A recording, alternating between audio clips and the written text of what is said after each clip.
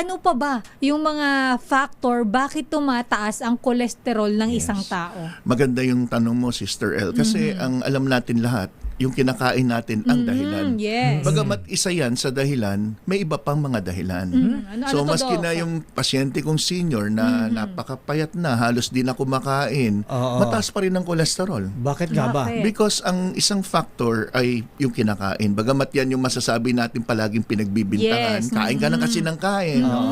Pero pwede rin na yung isang tao na under too much stress, na nahirapan ng atay. At ang atay, nagpo-produce ngayon ng cholesterol din. So, merong mga tao, mataas ang cholesterol, hindi na silang kumakain ng bawal.